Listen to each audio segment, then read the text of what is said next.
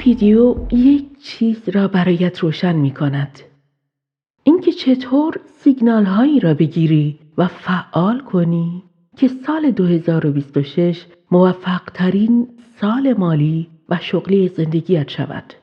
در این ویدیو با تفاوت‌های سال 2026 آشنا می‌شوی و می‌بینی که دنیا در این بازه به چه الگوهایی پاسخ می‌دهد، چرا بعضی تصمیمات سریع جواب می‌گیرند و کدام کیفیت‌ها باعث می‌شوند فرصت‌ها به سمت تو سرازیر شوند. این یک ویدیوی معمولی نیست، نقشه‌ای است دقیق برای دیدن مسیر موفقیت در 2026 و تنظیم سیگنالی که بهترین نتیجه را می‌سازد. حالا به اصل ماجرا برویم. قبل از اینکه وارد سیگنال و مسیر شویم، اول باید ببینیم خود 2026 چه فرقی با قبل دارد. چون اگر این فضا را درست نفهمیم، هر کاری هم کنیم ممکن است به جای نتیجه فقط خستگی بسازد. اولین تفاوت مهم 2026 سرعت تصمیمات است. امسال تصمیمات کوچک اثرات خیلی بزرگتری می‌گذارند، فقط به یک دلیل ساده. همه چیز بیشتر از قبل به هم وصل شده‌اند. بازار، تکنولوژی، ارتباطات، شبکه‌ها و الگوریتم‌ها. گاهی یک انتخاب درست تو را چند ماه جلو می‌اندازد و گاهی فقط یک مکث کوتاه همان فرصت را به نفر بعد می‌دهد. در این سال فاصله بین تصمیم و نتیجه کمتر شده است. تفاوت دوم ابزارها هستند، به خصوص هوش مصنوعی. تا همین مدت پیش برای خیلی از کارها باید تیمی می داشتی، پول می داشتی و یا رابطه های خاص. ولی اکنون یک نفر اگر ابزار درست را بشناسد می تواند کاری را جلو ببرد که قبلا یک شرکت کامل را مشغول می کرد. این یعنی اینکه بازی ساده تر نشده ولی سریع تر شده. و کسی که بلد باشد با این موج درست حرکت کند خیلی زود دیده می شود. تفاوت سوم این است که دنیا انتخابگرتر شده. در 2026 و پس از آن سیستم‌ها به آدم‌های واضح‌تر جواب می‌دهند. یعنی چه؟ یعنی واضح در مهارت، واضح در پیام، واضح در کاری که انجام می‌دهند، واضح در مسیری که انتخاب کردند. این دیگر خیلی سخت می شود. همزمان همه چیز را بخواهی و انتظار نتیجه جدی داشته باشی. در این فضا تمرکز تبدیل به یک اهرم واقعی می شود. و تفاوت چهارم شکل ثروت است که عوض می شود. ثروت در 2026 فقط پول بیشتر نیست. ثروت یعنی اینکه بتوانی ارزش بسازی، سریعتر یاد بگیری، سریعتر تصمیم بگیری و روشن‌تر و مهمتر از همه ذهن و انرژیت را در یک مسیر نگه داری. اینجا یک نکته خیلی مهم خودش را نشان می‌دهد. وقتی بازی سریعتر می‌شود، آدم‌ها عملاً وارد دو مسیر متفاوت می‌شوند. یکی مسیر تلاش بیشتر است، درگیری بیشتر و خستگی بیشتر. و مسیر دیگر شفاف شدن سیگنال، کم شدن نویزها و پارازیتها و جلو افتادن است. و دقیقاً همین نقطه است که این ویدیو می‌خواهد رویش تمرکز کند. چون اگر 2026 یک ویژگی اصلی داشته باشد همین است. این سال با کسی که جهت دارد خیلی بهتر راه می‌آید. اما وقتی می‌گوییم سیگنال دقیقاً منظور ما چیست؟ سیگنال یک مفهوم عجیب و یا دور از دسترس نیست و اصلاً هم چیز پیچیده‌ای نیست. سیگنال یعنی آن تصویری که تو هر روز و هر لحظه از خودت به دنیا میفرستی، نه با حرفها بلکه با انتخابهایت. سیگنال یعنی تو وقتی بیدار میشوی چه چیزی در اولویت‌های توست. سیگنال یعنی وقتی چند راه جلوی رویت باز میشود تو کدام را انتخاب میکنی. سیگنال یعنی در شرایط نامطمئن چطور تصمیم میگیری. سیگنال یعنی چقدر پای انتخابهایت میستی. دنیا مخصوصاً در 2026 به نیت‌های کلی جواب نمی‌دهد. به رفتارهای تکرار شونده جواب می‌دهد. سیگنال نه چیزی است که تو آرزو می‌کنی و نه چیزی است که در ذهنت می‌گذرد. سیگنال آن چیزی است که در عمل دیده می‌شود. در سالهایی که سرعت پایین‌تر بود میشد با بلا تکلیفی هم جلو رفت. میشد کمی این طرف آن طرف شد و باز هم نتیجه گرفت. اما در سال 2026 سیستم‌ها دقیق‌تر شده اند. الگوریتم‌ها، بازار و فرصت‌ها به دنبال الگو هستند و سیگنال تو همان الگویی است که از تکرار انتخاب‌هایت ساخته می‌شود. اگر بخواهیم خیلی ساده بگوییم، سیگنال یعنی آیا رفتار تو قابل پیش‌بینی است یا نه. کسی که سیگنال واضح دارد در مسیرش ناپدید نمی شود. جهتش هر هفته عوض نمی شود. تصمیماتش تصادفی نیستند و دقیقاً به همین دلیل است که سیستم‌ها راحت‌تر او را می‌یابند و به او پاسخ می‌دهند. این سال برای چه کسانی بهترین سال می شود؟ برای کسی که فقط امیدوار نیست، بلکه سیگنال خودش را آگاهانه تنظیم می کند. 2026 سال شانس نیست، سال پاسخ است. پاسخ به آن چیزی که واقعا در رفتار، تصمیم و انتخاب‌ها فرستاده می شود، نه آن چیزی که دوست داریم بفرستیم. برای همین در این ویدیو قرار نیست شعار بسازیم. خیلی ساده و خیلی واقعی توضیح این که مسیر سیگنال تو چطور ساخته می شود. حال اگر بخواهیم این مسیر را قابل فهم کنیم، دو جریان همزمان داریم که باید کنار هم حرکت کنند. یکی برداشتن چیزهایی که سیگنال تو را ضعیف می کنند، چیزهایی که انرژی را نشت می دهند، تمرکز را می گیرند و تصمیمات را کند می کنند. و دیگری ساختن چیزهایی که سیگنال تو را قوی می کنند. یعنی وضوح، جهت، ریتم درست تصمیم گیری و مهارت‌هایی که با زمانه هماهنگند.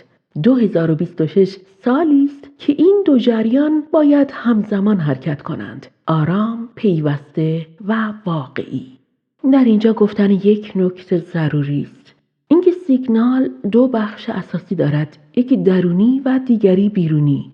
در مورد لایه‌های درونی سیگنال ما قبلا زیاد کار کردیم. هم درباره قفل‌ها حرف زدیم، هم درباره دریافت و هم درباره تنظیم سیستم‌های درونی. اما تمرکز اصلی اینجا چیز دیگری است. تمرکز این ویدیو سیگنال‌های بیرونی است. در اینجا ما به سراغ سیگنال‌هایی می‌رویم که در دنیای واقعی دیده می‌شوند. سیگنال‌هایی که در تصمیم‌ها دیده می‌شوند، در انتخاب‌ها، در ریتم حرکت و در نوع برخورد تو با کار، پول و فرصت‌ها دیده می‌شوند. 2026 سالی است که این سیگنال‌های بیرونی سریعتر خوانده می‌شوند و سریعتر نیز پاسخ می‌گیرند. و از اینجا به بعد ما وارد بخش عملی می‌شویم. می‌بینیم کدام رفتارها سیگنال را واضح‌تر می‌کنند، کدام الگوها آن را سنگین و کند می‌کنند و چطور می‌شود این سیگنال‌ها را آگاهانه ساخت و تقویت کرد. از اینجا به بعد ما درباره چند کیفیت حرف می‌زنیم. کیفیت یعنی چیزی که در رفتار دیده می‌شود نگهش داشت و روی نتیجه اثر مستقیم می‌گذارد. اینها تیپ‌های شخصیتی نیستند، ویژگی‌های ذاتی هم نیستند. مهارت‌هایی هستند که می‌شود به دست آورد و ساخت. و ما اینها را کیفیت می‌نامیم چون در زندگی واقعی قابل تشخیصند. در تصمیمات و رفتارهای تو دیده می‌شوند و اگر فعال باشند سیگنال تو را قوی می‌کنند. در این مسیر هر کیفیت یک نقش مشخص دارد و در کنار بقیه معنا پیدا می‌کند. پس ما کیفیت‌ها را یکی یکی باز می‌کنیم، هر کدام را ساده توضیح می‌دهیم، کاربردی می‌کنیم و نشان می‌دهیم که چطور روی سیگنال اثر می‌گذارند. اولین کیفیتی که در 2026 پاسخ می‌گیرد ثبات رفتاری است. ثبات رفتاری یعنی کاری که امروز انجام می‌دهی فردا هم احتمال انجام شدنش بالا باشد. چون آن رفتار با زندگی واقعی تو هماهنگ است. در 2026 سیستم ها به نیت تو نگاه نمی کنند. به حرف تو نگاه نمی کنند. به الگوی رفتاری تو نگاه می کنند. به چیزی که تکرار می شود. خیلی ها تصمیمات خوبی می گیرند. مسئله این نیست. مسئله این است که این تصمیمات دوام ندارند. مدتی اجرا می شوند، بعد متوقف می شوند. مدتی جدی هستند، بعد رها می شوند. سیگنالی که این الگو می فرستد روشن است. این مسیر پایدار نیست و 2026 با مسیر ناپایدار همکاری نمی کند. پس ثبات رفتاری یعنی اینکه رفتار تو قطع و وصل نمی شود. یعنی هر بار لازم نیست از ابتدا خودت را جمع و جور کنی. یعنی مسیر تو از بیرون قابل تشخیص است. نه لزوماً سریع و نه لزوماً هم خیلی درخشان هستی، ولی قابل اتکا. اگر بخواهیم خیلی ساده مقایسه کنیم، 2 نفر را تصور کن که تصمیم میگیرند روی مسیر کاریشان جلو بروند. نفر اول مدتی با انرژی بالا شروع می کند، بعد خسته می شود و رها می کند. بعد با یک ایده تازه برمیگردد. نفر دوم هر روز مقداری مشخص روی یک کار مشخص بدون سر و صدا جلو می رود. بعد از چند ماه نفر دوم جلوتر است. نه به خاطر هوش بیشتر و نه به خاطر خوششانسی. فقط به این دلیل که رفتارش تکرار پذیر بوده. و 2026 دقیقاً به همین الگو پاسخ می دهد. حال یک سوء تفاهم رایج اینجاست که ثبات یعنی همیشه با حال خوب ادامه دادن، همیشه انگیزه داشتن، همیشه در بهترین حالت بودن. در حالی که ثبات واقعی یعنی کار در روزهای معمولی هم انجام شود، نه روزهای عالی، نه روزهای خاص، بلکه روزهای کاملا معمولی. در 2026 همین روزهای معمولی هستند که نتیجه تو را می سازند. وقتی ثبات رفتاری شکل می گیرد، تصمیم ها وزن پیدا می کنند، مسیر واضح‌تر دیده می شود و یک اعتماد آرام ساخته می شود. اعتماد کسی که می داند فردا هم در همان مسیر خواهد بود. سیگنال می گوید من فقط شروع نمی کنم، ادامه می دهم. و این پیام در 2026 سریع خوانده می شود. ثبات رفتاری نه از برنامه‌های سنگین و نه از هدف‌های بزرگ شروع می شود. این از انتخاب یک رفتار کوچک شروع می شود. رفتاری مشخص با زمان معلوم که تو می‌دانی می‌توانی آن را حفظ کنی. فقط همین. یک نشانه ساده برای تشخیص ثبات این است که کمتر با خودت چانه می‌زنی. شروع کردن سخت نیست و کار آرام و پیوسته جلو می رود. نه هیجان شدیدی وجود دارد، نه ذوق انفجاری. فقط یک حس ساده، من دارم حرکت می کنم. پس خیلی خلاصه، در 2026 کمتر شروع کن، کمتر تغییر مسیر بده و بیشتر ادامه بده. وقتی ثبات رفتاری شکل می گیرد، مسیر کم کم خود را نشان می دهد و اینجاست که نوبت کیفیت بعدی می رسد. کیفیتی که مشخص می کند این مسیر واقعاً به کجا می رود. در 2026 بعد از ثبات رفتاری نوبت تصمیم گیری شفاف است. تصمیم گیری شفاف یعنی بدانی که چه کاری را انجام می دهی و چه کاری را انجام نمی دهی، نه در ذهن و نه در عمل. در 2026 مشکل خیلی ها این نیست که تصمیم نمی گیرند. مشکل این است که تصمیم ها نیمه کاره می مانند. تصمیم های نیمه کاره یعنی اینکه شروع می کنم اما هنوز مطمئن نیستم.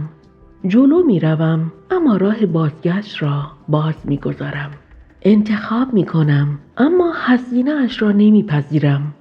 سیگنال این وضعیت واضح است. این تصمیم هنوز واقعی نشده و 2026 به تصمیم های معلق پاسخ نمی دهد. تصمیم گیری شفاف یعنی وقتی انتخاب می کنی بدانی که بخشی از گزینه ها حذف می شوند. نه برای همیشه، شاید برای این مقطع. و این حذف بخش مهم تصمیم توست. چون اگر هیچ چیزی حذف نشود تصمیم هنوز شکل نگرفته.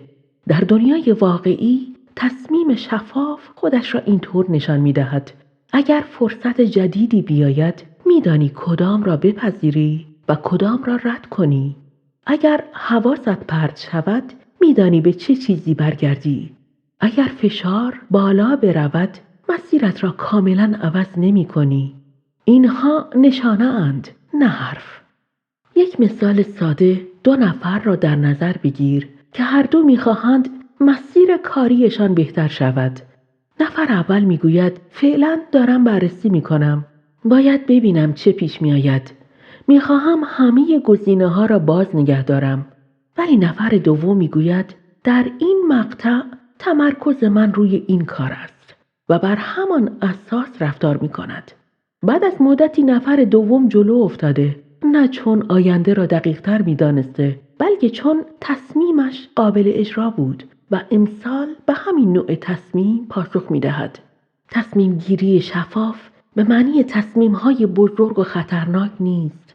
به معنی تصمیم‌های قابل اجراست. تصمیمی که امروز می‌توانی به آن عمل کنی و فردا هم بتوانی ادامه‌اش دهی. در این سال یک تصمیم کوچک ولی روشن از یک تصمیم بزرگ ولی مبهم اثر بیشتری خواهد داشت. چون وقتی تصمیمی شفاف می شود، انرژی تو کمتر هدر می رود، ذهن سبکتر می شود و ثبات رفتاری راحتتر حفظ می شود. این سیگنال می گوید من انتخاب کردم و این پیام امسال صریح خوانده می شود.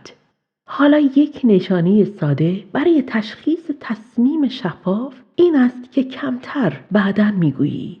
کمتر مردد میمانی و انتخابهایت با هم دعوا ندارند. این یعنی اینکه تصمیم تو شکل گرفته. پس بدون فشار، بدون عجله و با شفافیت تصمیم بگیر و هزینه انتخاب خود را هم بپذیر. حال به کیفیت سوم می رویم. بعد از ثبات رفتاری و بعد از تصمیم گیری شفاف، نوبت توان تطبیق هوشمند است. تطبیق هوشمند یعنی چه؟ تطبیق هوشمند یعنی اینکه مسیرت را نگه داری، اما شکل حرکتت را تنظیم کنی. نه چسبیدن کورکورانه به یک مسیر و نه تغییر مسیر هر روزه.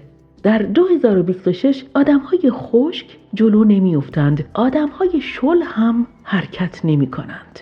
کسانی پیش می‌افتند که می‌بینند چه چیزهایی عوض شده و خودشان را با آن هماهنگ می‌کنند.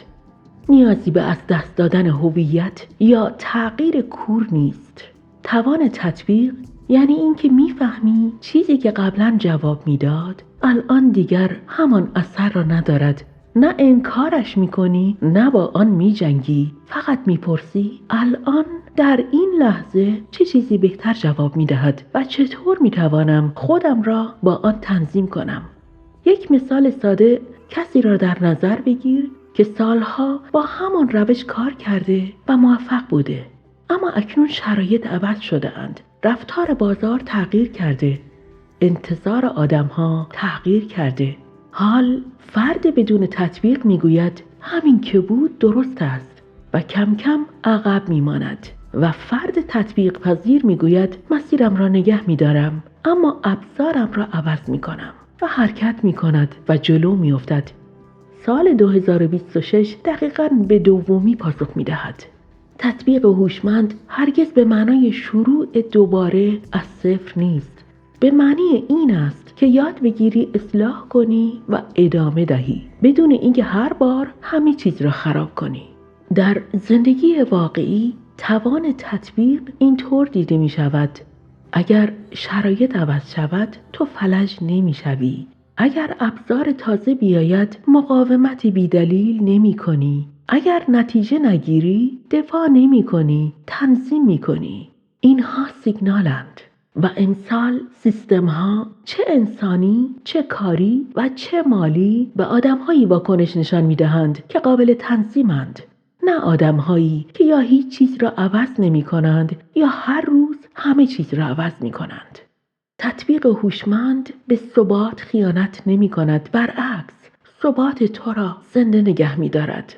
تو همان مسیر را می روی، اما با ریتم امروز. وقتی توان تطبیق فعال باشد، تصمیم‌ها فرسوده نمی‌شوند، انرژی بهتر مصرف می‌شود و مسیر انعطاف پذیر می‌ماند. اینجا سیگنال می‌گوید من زنده‌ام، می‌بینم و تنظیم می‌کنم. و این پیام در 2026 خیلی واضح شنیده می‌شود. پس به طور خلاصه، این سال به کسانی پاسخ می‌دهد که نه گیر می‌کنند و نه پراکنده می‌شوند. ایستند، می‌بینند و هوشمندانه تنظیم می‌کنند. حال اگر موافق باشید به سراغ کیفیت بعدی برویم. کیفیتی که مشخص می‌کند آیا این مسیر فقط شروع می‌شود یا واقعاً ادامه پیدا می‌کند. این چهارمین کیفیت است که در 2026 نتیجه می‌گیرد. بعد از ثبات رفتاری، بعد از تطبیق هوشمند، چیزی که مسیر را واقعاً جلو می‌برد، نگاه بلند مدت است.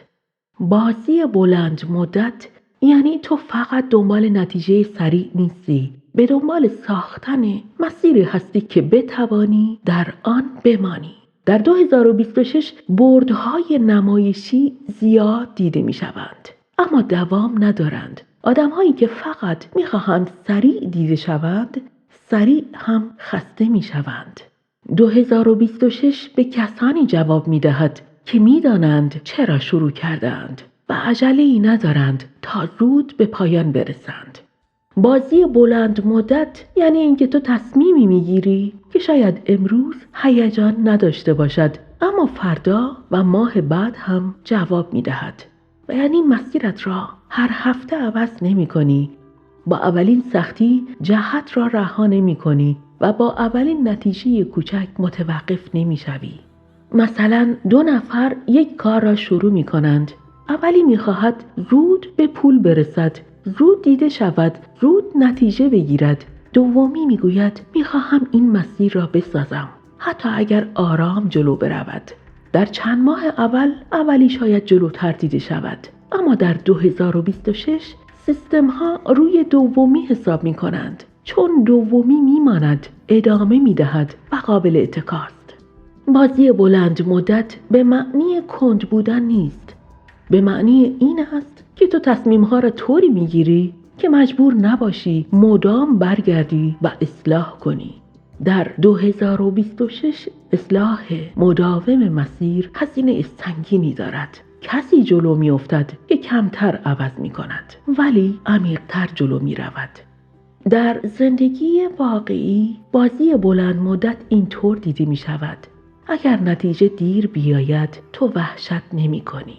اگر رشد خطی نباشد مسیر را زیر سوال نمیبری. اگر دیگران زودتر دیده شوند خودت را نمیبازی. اینها سیگنالند. سیگنال بازی بلند مدت میگوید من اینجا هستم، نه برای یک ضربه، برای ادامه. و 2026 شاید نفوری ولی به طور واقعی به این پیام پاسخ میدهد.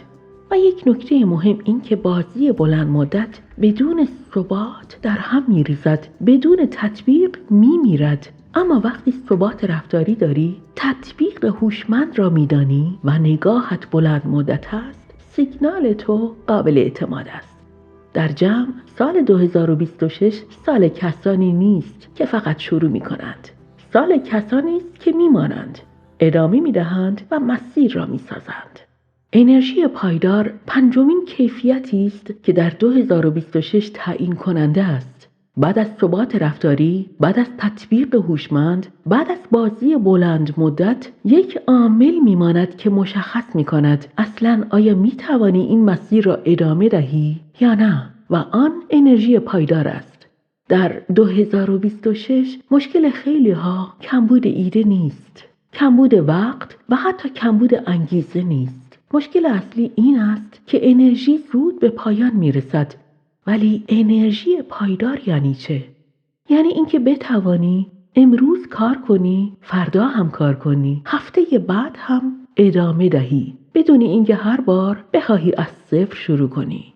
یعنی اینکه نه با هیجان زیاد و نه با فشار روی خودت، بلکه با ریتم.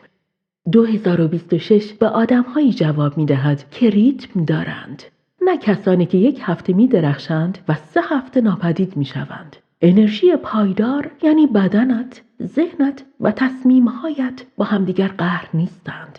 خیلی ها ذهنشان جلو می رود ولی بدنشان جا می ماند. خیلی ها بدن دارند ولی ذهنشان پراکنده است. 2026 با این ناهماهنگی کنار نمی آید. تصور کن 2 نفر تصمیم می گیرند روی یک مسیر کاری تمرکز کنند. اولی کمخوابی، فشار زیاد، کار فشرده و بیوقفه. دومی ریتم مشخص، توقف‌های کوتاه و انرژی‌های قابل حفظ. در ماه اول اولی جلوتر به نظر می رسد. در ماه سوم دومی مانده ولی اولی خسته شده است و 2026 روی کسی حساب می کند که بماند. انرژی پایدار از کارهای عجیب نمی آید. از چیزهای ساده می آید. خواب قابل پیش بینی، تغذیه ای که بدن را زمین نزند، فاصله گرفتن از مصرف فرساینده و مهمتر از همه نگفتن بله به هر چیزی. یکی از بزرگترین خطاها اینجاست که آدم‌ها فکر می‌کنند اول باید نتیجه بیاید تا بعد حال من بهتر شود. در حقیقت اول باید قابل تحمل شود و بعد نتیجه می‌آید. 2026 به تصمیم‌هایی که با بدن خسته گرفته می‌شود جواب خوبی نمی‌دهد.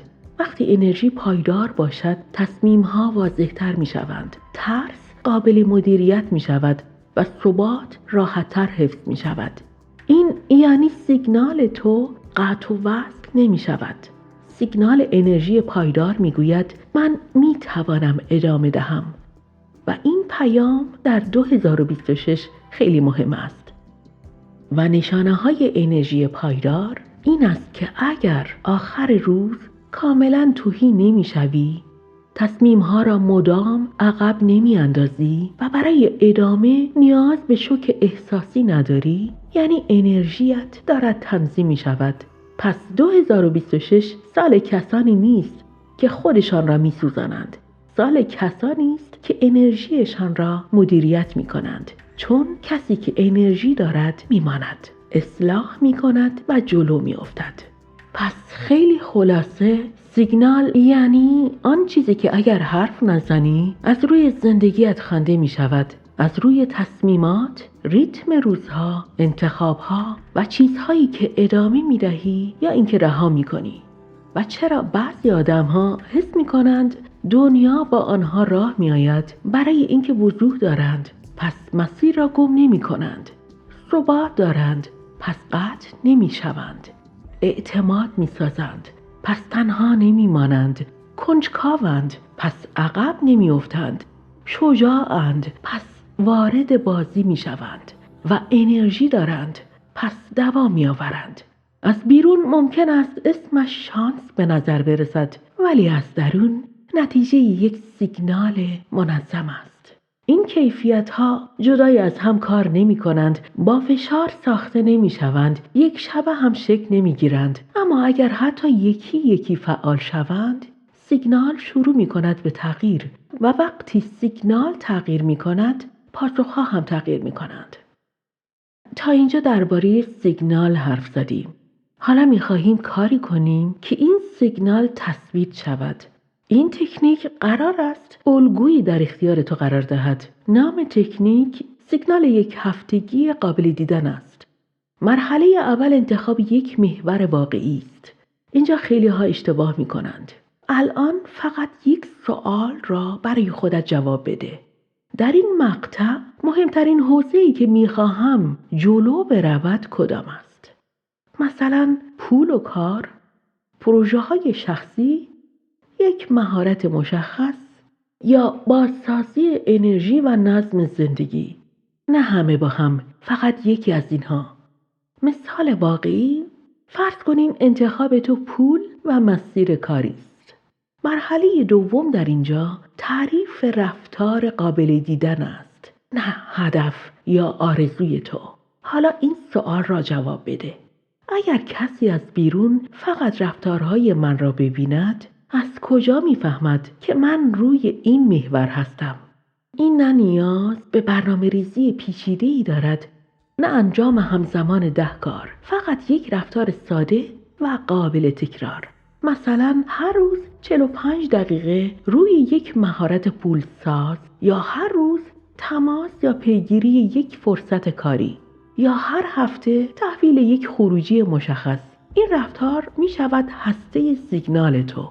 مرحله سوم بستن یک نشت انرژی است. اینجاست که سیگنال تو قفل یا آزاد می شود. حالا سوال سوم این است: در همین یک هفته چه چیزی را عمدن کنار می گذارم تا این رفتار انجام شود؟ مثلا یک شبکه اجتماعی را، یک پروژه فرعی را، یک عادت شبانه فرساینده را، یا یک تعهد غیر ضروری. این کنار گذاشتن نیمی از قدرت تکنیک توست. مثلا این هفته بعد از ساعت 9 شب من وارد اینستاگرام نمی شوم. مرحله چهارم بازی کوتاه و غیر قابل چانه زدن است. این تکنیک فقط برای 7 روز است. 7 روزی که رفتار انجام می شود، نشت بسته می شود و سیگنال تو یک دست می ماند. در این 7 روز تو نتیجه نمی خواهی، فقط پیوستگی می خواهی. نشانه درست انجام دادن تکنیک: اگر این تکنیک درست انجام شود، آخر هفته این نشانه ها را می بینی. تصمیم گیری ها سبکتر شده است. ذهنت کمتر پراکنده است. حس می کنی در مسیر افتاده ای. هیجان نداری ولی احساس آرامش خاصی داری. این یعنی سیگنال تثبیت شده است. و چرا این تکنیک در 2026 جواب می دهد؟ چون این سال به الگوهای کوتاه ولی واضح جواب می دهد. وقتی یک هفته رفتار مشخص است، نشت بسته است و انتخاب روشن است، سیستم می فهمد این آدم جدی است و پاسخها شروع می شود. اگر این کار را انجام دهی، سیگنال تو دیگر مبهم نیست، خوانا می شود. تا اینجا ما درباره سیگنال هایی حرف زدیم که در دنیای واقعی دیده می شوند. در تصمیمات، در انتخاب ها، در ریتم حرکت و در نوع حضوری که هر روز تکرار می شوند. و اینکه بفهمیم چرا در 2026 پاسخها بیشتر به سیگنال ها مربوطند تا به تلاش بیشتر یا فشار بیشتر. حال اگر این ویدیو برای شما مفید بود و مورد استقبال قرار بگیرد، در ادامه این مسیر باز هم دقیق‌تر و روشن‌تر وارد بخش‌هایی می‌شویم که در اینجا بیشتر چارچوبشان دیده شد، از جمله اینکه چه چیزهایی سیگنال را تضعیف می‌کنند، چه چیزهایی آنها را تقویت می‌کنند و چطور می‌شود این فرایند را عملی‌تر جلو برد. و شما با لایک و حمایت‌هایتان به ادامه این مسیر کمک می‌کنید. اگر دوست داشتید در کامنت بنویسید که کدام بخش برایتان مهمتر است. پس منتظر ادامه کار روی جزئیات موفقیت خود در 2026 باشید.